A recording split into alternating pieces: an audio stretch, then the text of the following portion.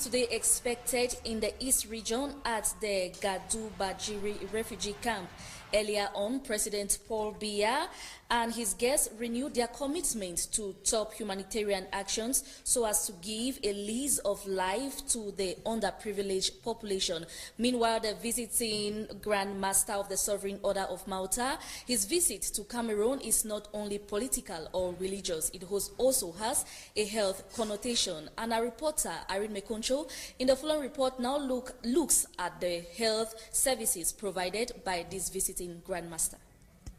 Grand Master of the Sovereign Military Order of St. John of Jerusalem, His Most Eminent Highness Fra Giacomo della Torre's visit to Cameroon does not only have a religious and political connotation, but also extends to health, wherein the order has placed a lot of focus since its creation as part of humanitarian impartation. In Cameroon, the Grand Order of Malta have equally collaborated in the health domain in the creation of the St. John of Malta's Hospital in Jombe in the littoral region. Inaugurated in 1994, the hospital is a living example of the cooperation between the high level of Cameroonian medical community and the charity organization. It shares the values of training expertise, logistics, and financial support to the poor. Over 190 Cameroonian health professionals are currently active at the St. John's of Malta's Hospital and provides as technical staff all categories of efficient health care necessary for the well-being of the population within and out of the community. The hospital is presently managed by the Order of Malta, France, and is open to all academic fields. The Grand Master of Sovereign Orders will in the days ahead make a stop at this hospital in Jombe in Littoral before leaving Cameroon on the 19th. Let's now talk politics. The UPC party has announced that its candidate for the October presidential elections is President Paul Biya. The First Nationalist Party of the country has advanced several reasons for this decision. This was the call of a press conference that took place yesterday in Yaoundé, and Claudian Sono was there and now tells us more. Flanked by top brass of the party, the UPC scribe explains that they support Paul Biya's 7th presidential bid because he is the lone guarantor of a strong, united, prosperous and democratic Cameroon. Speaking at the press conference at the Yaoundé Hotel de Députés Tuesday, the Secretary General of one of the factions of the Union of the Populations of Cameroon, UPC, Bapo Liport, announced that the UPC will participate actively in the October 7th presidential elections in Cameroon, supporting candidate Biya 100%. We invite everybody to know that the candidate of UPC during the next coming presidential election is only President Paul Biya. He praised the President of the Republic, Commander-in-Chief of the Armed Forces, for what he called his efficacy in preserving territorial integrity against secessionists and terrorist threats in parts of the country. The First Cameroon Nationalist Party condemned kidnappings and ruthless killings of security officers following the escalation of the Anglophone crisis. Bapo Liport purported that his party shares in the sufferings of the citizens of the restive northwest, southwest and north regions of the country. Tuesday's press conference in Yaoundé vibrates the political atmosphere in the country as 7 candidates have so far submitted documents for the October 7 presidentials. Critics say the UPC outing affirms the notion that many an opposition party in Cameroon is an arm of the ruling Cameroon People's Democratic Movement. They are convinced that many others will make similar announcements in the days ahead. Seeking measures to roll back insecurity in the Central African sub-region is the focus of a 2-day regional meeting that opened yesterday in Yaoundé, chaired by Laurent Ngasseu, personal representative of the head of state. Details of this report with Prince Munditanda. Insecurity through concerted action across the Central African sub-region is the main objective of the 16th regional meeting of the African, Caribbean and Pacific European Union Parliamentary Assembly holding in Yaoundé. The parliamentarians of the sub-region, so Central Africa, and parliamentarians from the EU who came together ici to discuss a number of issues that they consider important. So this covers peace and security, management of natural resources, and also regional integration, which is considered a key issue by us as well. Apart from armed violence rocking the sub-region, there are other forms of trans-border crimes which will also be discussed during the workshop. We shall have discussions on environmental crime and natural resources, as well as financing terrorism. Environmental crimes today are no longer a threat to conservation and biodiversity alone, but are equally a threat to international security. This meeting is said to be timely and very strategic, as the entire Central African sub-region, especially the Gulf of Guinea, is constantly faced with security challenges. The opening ceremony of the 2 days intercontinental meeting was chaired by Minister Ngasseu, representing President Paul Biya, in the presence of government officials and local administrative authorities and delegations of the European Union. Stakeholders charged with the execution of public investment budget of Cameroon for the 2018 financial year have been tasked to identify the different problems they encounter while realizing their projects. The call was made yesterday in Yaoundé by the Director of the Economy while opening the review of activities for the second quarter of the 2018 public investment budget. Shu Emmanuel has the rest of the story.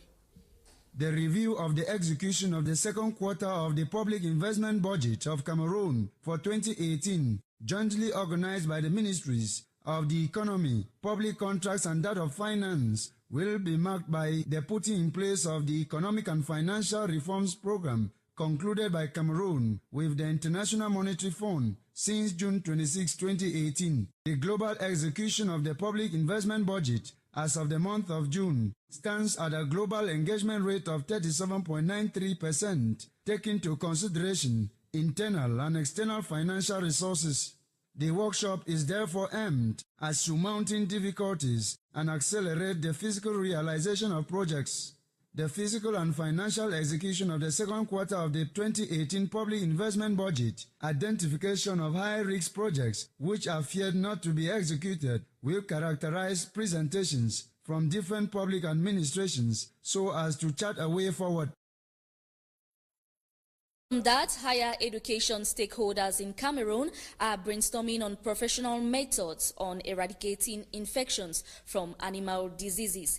A workshop on the One Health approach was opened yesterday in Yaoundé, chaired by the Minister of Higher Education. Shu Emmanuel once more. As a holistic approach to human, animal and environmental health, One Health approach lays emphasis on transdisciplinary and multi-sectoral action involving experts from different domains to ensure that health solutions take into account the complex relations between humans, animals and the ecosystem. This workshop is mainly to sensitize people to this approach.